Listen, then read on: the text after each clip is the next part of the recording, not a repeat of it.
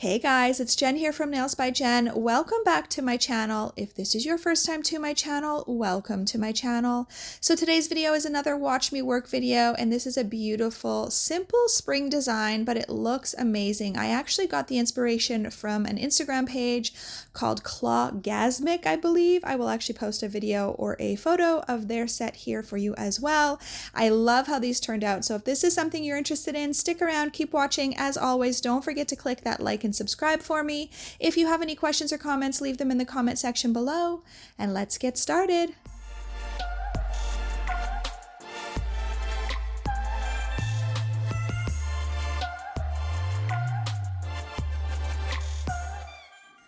Alright guys, so I'm going to start off by removing the design that she had previously. I also have a watch me work video on that, so I will link it below for you guys.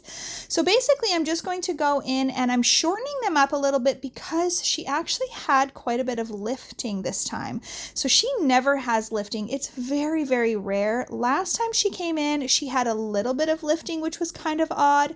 And this time she had even more. Now she has been wearing super long nails forever, so we're just kind of stumped at this moment why all of a sudden she's having a lifting issue. So we decided to shorten them just a little bit more than we would normally. Really, we didn't take off too much because she loves her long nails.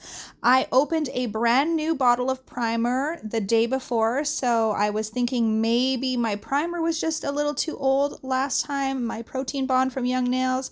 So we're hoping that this time we can rectify the problem, but I'm going to go in and just remove all of the design and the color off the top, and also I'm going to chip away at that lifting very, very lightly. I'm just going to be feathering with my e-file, and what little bits of lifting that I cannot get off with my e-file, I will use my hand file.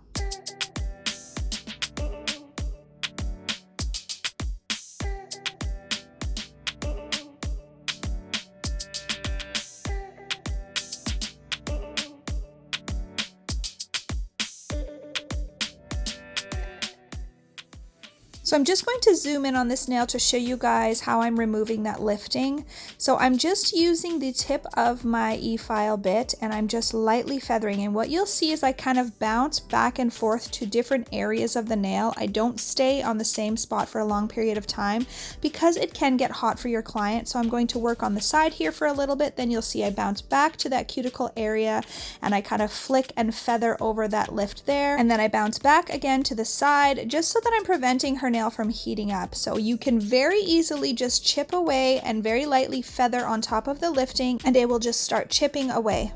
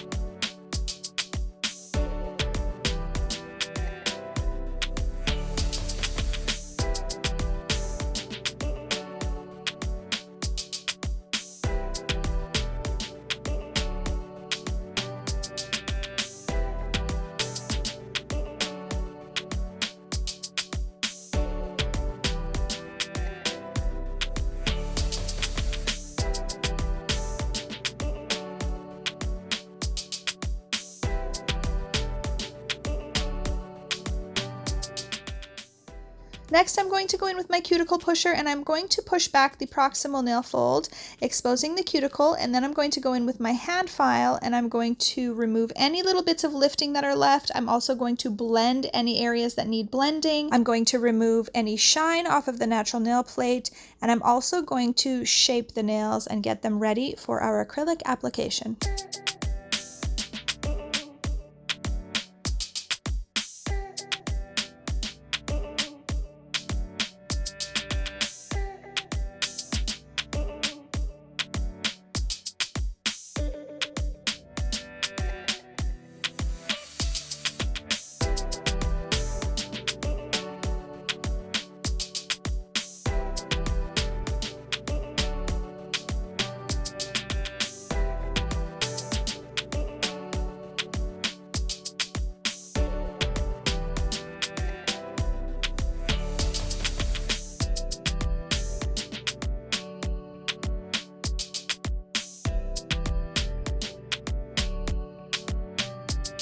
So next I'm going in with my e-file and my cuticle bit, and I'm going in at just below medium speed, and as you can see I am just flaking away, getting rid of all of that cuticle. If we don't get rid of the cuticle, you guys know I've mentioned it before, the main issue you will have is lifting, and we are trying to figure out why my girl is having some lifting, so I'm really going to go in and be diligent to get rid of all of that cuticle.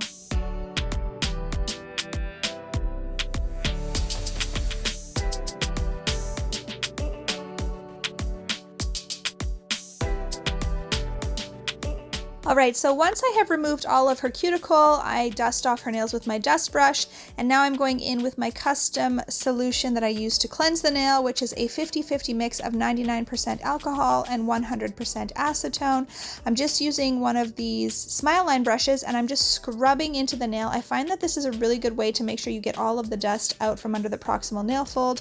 And once I get this all done on all 10 fingers, I'm going to go in with 2 coats of my Young Nails Protein Bond.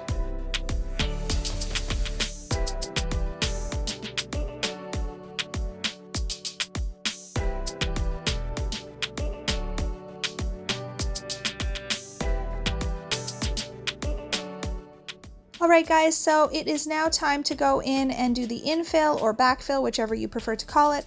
So I'm just taking my custom blush mix. Again, guys, I'm so sorry, I do not have measurements for this one. I haven't had to make a new batch yet, so I'm waiting till I make a new batch and then I'm going to try to remember to write down the measurements for you guys. But basically, I'm just going in with my bead of acrylic at the cuticle area and I am feathering it down. I'm also making sure that the apex is where it needs to be, and if there was any lifting on the side walls of the nails that I have to fill, I'm also making sure to fill in there. I have a lot more product to apply to her nails this time simply because she had way more lifting and I had to remove a lot of product. So I'm just kind of building her nails, making sure the structure is where it needs to be, and I'm going to do that through all 10 fingers. So I want to talk about something that happens right here. You will see that I take my brush and I very, very lightly just go in right on that skin there, and I have to remove some acrylic that has slopped, and I go on the left side here and I have to do the exact same thing because my bead of acrylic kind of slopped over and it was starting to touch her skin. So this is what I'm talking about when I say to you guys that as a regular practice, we should not be constantly swiping our wet monomer filled brush all over the skin, but that accidents do happen. That is a perfect example. My bead of acrylic was just a little bit too wet. I caught it before it went too far onto the skin. I was able to slide it off with my brush. I did not oversaturate her skin with monomer. I wasn't constantly wiping all over her skin with my brush, but that is a perfect example of a little accident that happened. I was able to rectify it, pick the bead up off of her skin, remove it, and move on. So please guys, just remember when you see these videos out there and the nail tech is using a massive brush or even a smaller brush and they are constantly wiping all over the skin, that is not regular practice. That is not what we should be doing on a regular basis.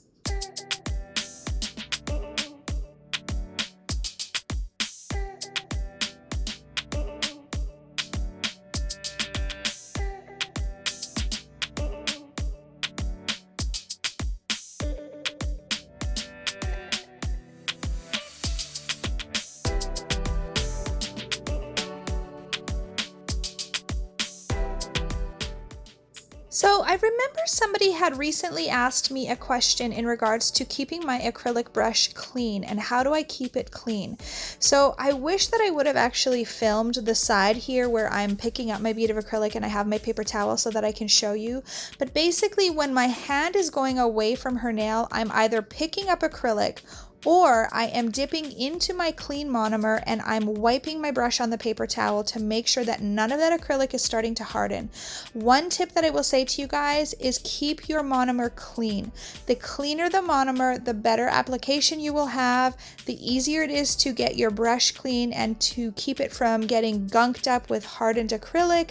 So whenever you're starting a client, it's a good idea that you just get fresh monomer for every single client if you can do that. I don't actually do that for every single client, but I'm really, really good at keeping my brush clean.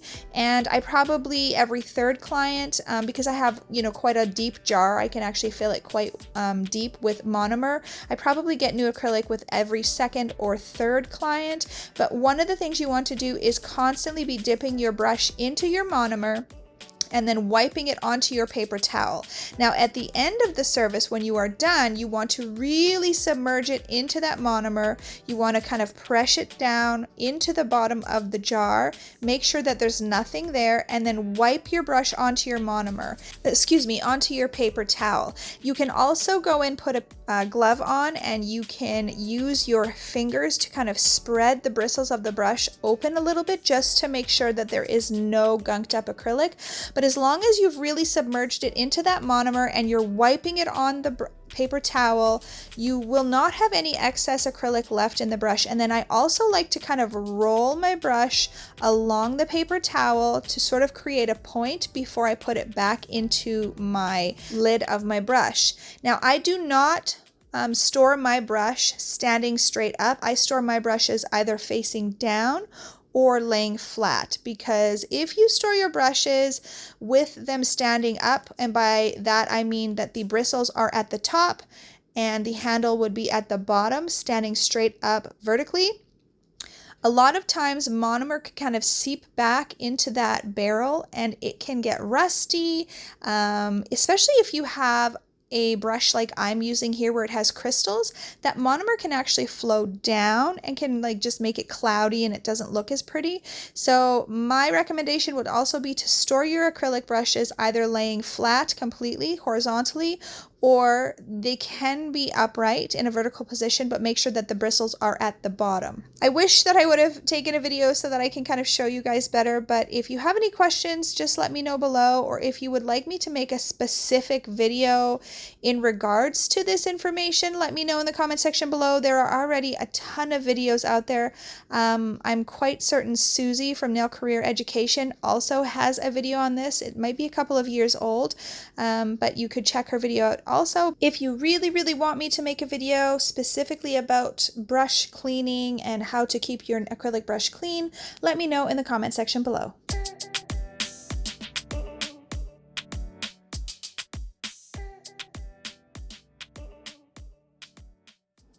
Alright guys, so all of the acrylic has hardened and I'm now going in with my hand file and I'm going to be shaping and finish filing her nails. I am not going to be buffing her nails because I'm just going to be going straight in with the matte top coat. So I'm doing the matte top coat for two reasons. For one, aesthetically, I want to have a matte base and then the gel colors on top are just going to remain shiny.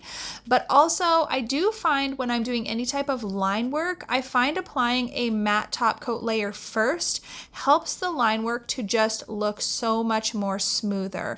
If you buff the nail too smooth, in my opinion, sometimes you can have chipping with top coat, but if you don't buff it smooth enough and you go to apply any type of line work, you will actually see that the gel polish will kind of settle into those little fine grooves, and if you look really close, you just don't have as smooth of a line work if it does that. So for two reasons, I'm applying the matte top coat. One, because I want a matte base and I want the color on top to be shiny with those lines.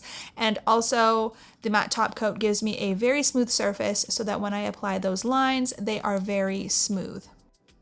So as I mentioned in the beginning of this video, I did get the inspiration for this design from an Instagram page called Clawgasmic.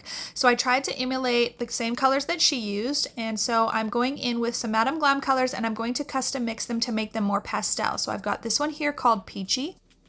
And next I've got this purple one and it is called Office Gossip. It is part of a collection, I just don't remember. I think it's called the Office Collection.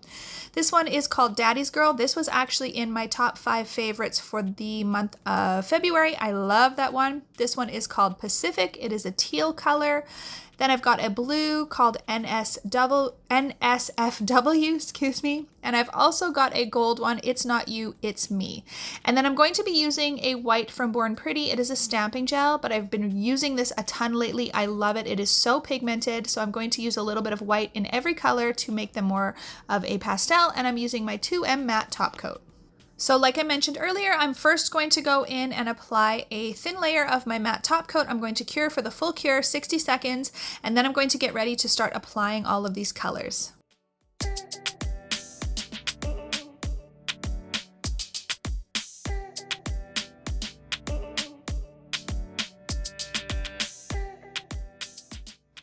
Okay guys, so let me apologize. I did not film mixing my colors. I know that's one of the best parts of these videos is when I mix colors. I find it very satisfying. But to be honest, my clients and I were just like chatting so much. She had called one of her family members and they were chatting and I just got into the groove of it. I started mixing my colors and I didn't even pay attention to filming it in front of the camera. So basically all I did was I took a blob of each of those colors from Madame Glam and I added some of that Born Pretty white to all of them and just created pastel colors. And now I'm going in with my liner brush. This is one of my liner brushes that I got from eBay. I use it quite often. It's one that I have designated for gel. And I'm just kind of creating little swooshes on the nail. So I am going through on all 4 fingers with the pinkish purple color. This was actually Daddy's Girl that I mixed with the white. And I am going to create the one line and then I'm going to do that on all 4 fingers. And then I'm just getting them in the light for about 30 seconds just to kind of flash cure them so that they are set, and then I can move on to the thumbs and then I will move on to the next color.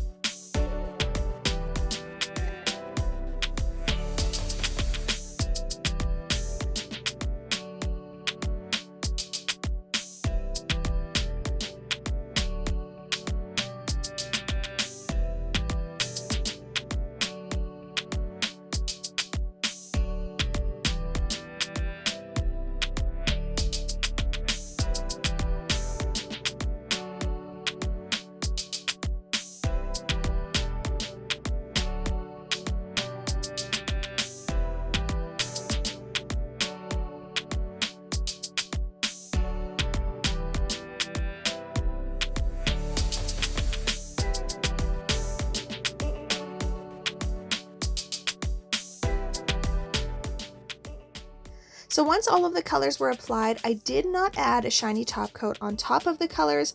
I wanted to see how well these colors would last without a top coat. I have done this method before with just a little bit of detail, but not this much color. So I wanted to see how well they would last and how shiny they would stay without a top coat. Alright guys, so here's the final look. Here is how they turned out. I love them. They are so simple. You absolutely could do this on a short nail. You would just have to make sure that you keep your lines a little bit thinner, and you could still get the amount of colors that I've got on this set on a shorter set of nails. Perfect for spring. I love the pastel colors, and she is super happy with them as well. So I hope that you enjoyed this video. If you did, guys, please share it with someone else. And as always, have an amazing day.